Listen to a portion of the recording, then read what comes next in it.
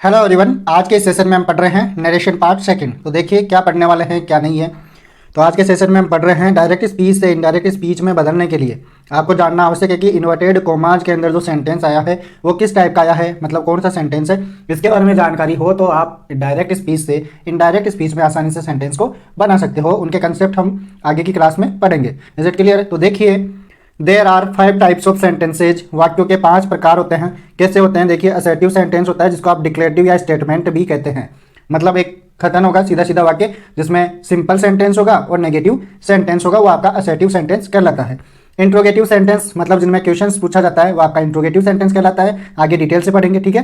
Imperative sentence command जिनमें आज्ञा सूचक वाक्य बोलते हैं जिनको, मतलब इंपेरेटिव सेंटेंस ऐसे वाक्य जिनमें प्रार्थना की जाएगी, अनुरोध किया जाएगा, रिक्वेस्ट, ऑर्डर वगैरह वाली बात होगी, वो आपके इंपेरेटिव सेंटेंस कहलाएंगे। ऑप्टेटिव सेंटेंस जिनमें इच्छा, डिजायर या विश का बोध होगा, वो आपका ऑप्टेटिव सेंटेंस कहलाएगा। एक्सक्लेमेटरी सेंटेंस विस्मयादि बोधक वाक्य होते हैं जिनमें अलग अलग चीजें देखने पर आपको पता चलेगा कि एक्सक्लेमेटरी सेंटेंस कैसा होता है। देखिए जरा आगे सब कुछ डिटेल से एग्जांपल के साथ बताया जाएगा। सबसे पहले आपका है assertive sentence, the sentence which express yes और नो सेंस। ऐसे वाक्य जिनमें हाँ या नहीं का बोध होता है या हाँ या नहीं का भाव आ जाता है तो वह सेंटेंस आपका असर्टिव सेंटेंस कहलाता है। देखिए जरा एग्जांपल से, ही इज ए स्टूडेंट, वह स्टूडेंट है। ही राइट्स ए लेटर, वह पत्र लिखता है। She was not a nurse, I didn't go there. तो मतलब ये नोट आ रहा है, इसका मतलब ये नो सेंस वाले हो गए, ये सेंस वाले हो गए। वैसे इनके बारे में और डिटेल से बात करेंगे आगे कि ये सेंस वाले कौन से हैं, नो सेंस वाले कौन से हैं। तो बने रहिए वीडियो के अंत तक। और देखिए जरा, there are 2 types of assertive sentence. Assertive sentence भी आपका 2 प्रकार का होता है। एक अफर्मेटिव सेंटेंस मतलब साधारण वाक्य होता है। क्या होता है? साधारण वाक्य, जिसको आप अफर्मेटिव बोलते हैं। जब आप क्लास में टेंस वगैरह पढ़े होंगे तब आपने पढ़ा होगा कि अफर्मेटिव सेंटेंस कौन सा होता है। The sentence which express yes sense, ऐसा सेंटेंस जिसमें हाँ का भाव होता है, यह सिंपल सेंटेंस होता है, वो आपका अफर्मेटिव सेंटेंस कहलाता है। देखिए जरा एग्जाम्पल से इन्हें अच्छे से समझते हैं। I am a good student, मैं एक अच्छा विद्यार्थी हूँ। सी लव्स यू, वह तुमसे प्यार करती है। सीधी सीधी बात कही जा रही है, कोई नेगेटिविटी का बोध नहीं है। तो इसका मतलब ये आपके अफर्मेटिव टाइप के सेंटेंस हो गए असर्टिव, ठीक है, यस सेंस वाले।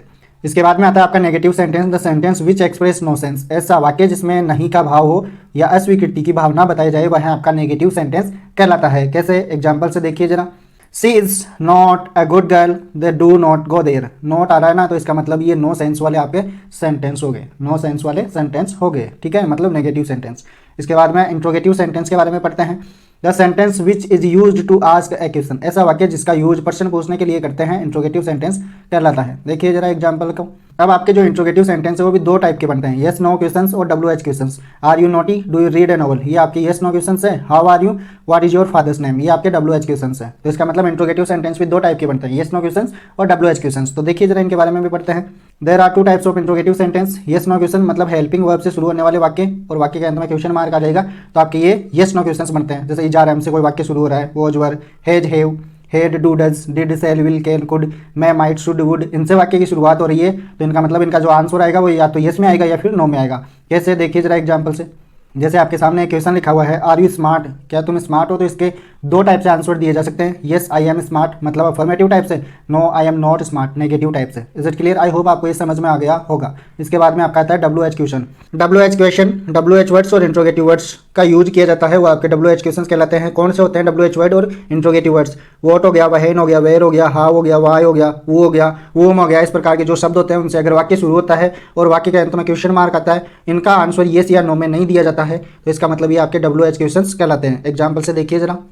जैसे एग्जांपल है, व्हाट इज योर नेम, आपका नाम क्या है, तो आपको बताना पड़ेगा, अपना कंप्लीट नाम बताना पड़ेगा। My name is mister AK Thakur. इस प्रकार आपको कंप्लीट डिस्क्रिप्शन देना पड़ेगा, ठीक है, डिस्क्राइब करना पड़ेगा आपको जो पूछा जा रहा है उसके बारे में। How many days are there in a week, एक सप्ताह में कितने दिन होते हैं। There are 7 days in a week. इस प्रकार आपको एक्सप्लेन करना होगा। तो मतलब WH वर्ड वाले क्वेश्चन के आंसर किस प्रकार दिए जाएंगे, डिस्क्रिप्टिव टाइप से दिए जाएंगे। इसके बाद में हम पढ़ रहे हैं इंपेरेटिव सेंटेंस का मतलब होता है the sentence which express order, advice, request, command.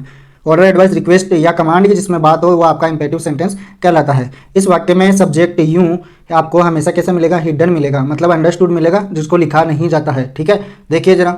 अब भाई साहब आपके इंपेरेटिव सेंटेंस भी 2 टाइप के होते हैं, एक अफर्मेटिव इंपेरेटिव सेंटेंस और नेगेटिव इंपेरेटिव सेंटेंस। तो इसको सीधा सा याद रखेंगे, वर्ब की फर्स्ट फॉर्म से जो वाक्य शुरू होता है और वर्ब के अंत में फुल स्टॉप आता है वो आपका अफर्मेटिव इंपेरेटिव सेंटेंस हो गया। और डू नॉट डू नॉट या डोंट से आपका वाक्य अगर शुरू होता है तो आपका नेगेटिव इंपेरेटिव सेंटेंस हो जाता है। Is it clear? देखिए एग्जाम्पल को समझते हैं। Bring a glass of water, पानी का एक ग्लास लाओ। इसके अगर पहले प्लीज भी लगा सकते हैं, please bring a glass of water request करने के लिए। स्टैंड अप, खड़े हो जाओ, ऑर्डर देने के लिए। सिट डाउन, बैठ जाओ। हेल्प द पुअर, सजेशन है, सुझाव देने के लिए।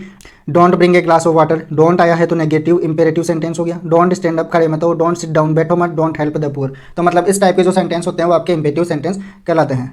आगे की जो क्लासेज होगी उनमें हम इनके बारे में डिटेल से पढ़ेंगे कि डायरेक्ट से इनडायरेक्ट में कैसे चेंज किया जाता है। अब हम पढ़ेंगे ऑप्टेटिव सेंटेंस के बारे में, लेकिन इससे पहले अगर आपको वीडियो अच्छा लगा हो तो वीडियो को लाइक और शेयर जरूर कीजिए, और चैनल पर पहली बार आए हैं तो चैनल को सब्सक्राइब जरूर कीजिएगा, ठीक है। और कमेंट करके जरूर बताइए कि आपको क्लास कैसी लगी, आपको और क्या अपडेट चाहिए, ठीक है।